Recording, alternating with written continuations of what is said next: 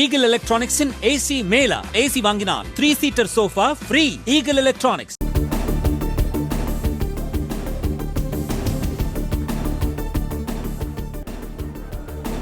நாகை மாவட்டம் திருத்துறைப்பூண்டி சட்டப்பேரவை தொகுதி கிட்டத்தட்ட அது உருவான காலம் முதல் கம்யூனிஸ்டுகளுடைய கட்டுக்குள் இருக்கக்கூடிய ஒரு தொகுதி.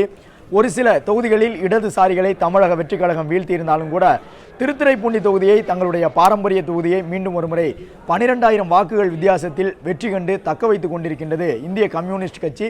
ஏற்கனவே அங்கே சட்டமன்ற உறுப்பினராக இருந்து வரக்கூடிய மாரிமுத்து இந்த முறையும் 12,000 வாக்குகள் வித்தியாசத்தில் வெற்றியை பெற்றிருக்கின்றார்.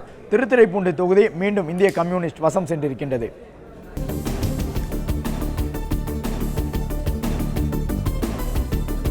எழும்பூர் தொகுதியில் தவேக வேட்பாளர் ராஜ்மோகன் 10,804 வாக்குகள் வித்தியாசத்தில் வெற்றி பெற்றிருக்கிறார்.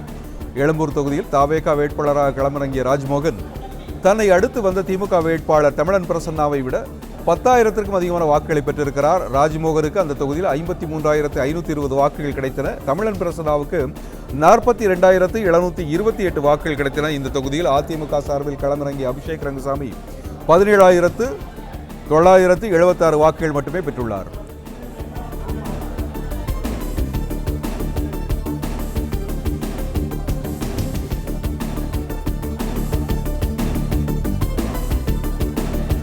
ஆலங்குடி தொகுதியில் திமுக வேட்பாளராக களமிறங்கிய அமைச்சர் மையநாதன் 12,905 வாக்குகள் வித்தியாசத்தில் வெற்றி பெற்றிருக்கிறார். தமிழகத்தில் திமுக வெற்றி பெற்ற தொகுதிகளில் ஒன்றாக ஆலங்குடி மாறியிருக்கிறது. அந்த தொகுதியில் திமுக வேட்பாளர் களமிறங்கிய மையநாதன் 12,905 வாக்குகள் வித்தியாசத்தில் வெற்றி பெற்றுள்ளார்.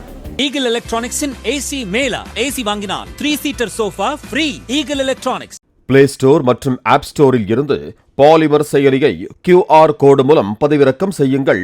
செய்திகளை உடனுக்குடன் பெறுங்கள்.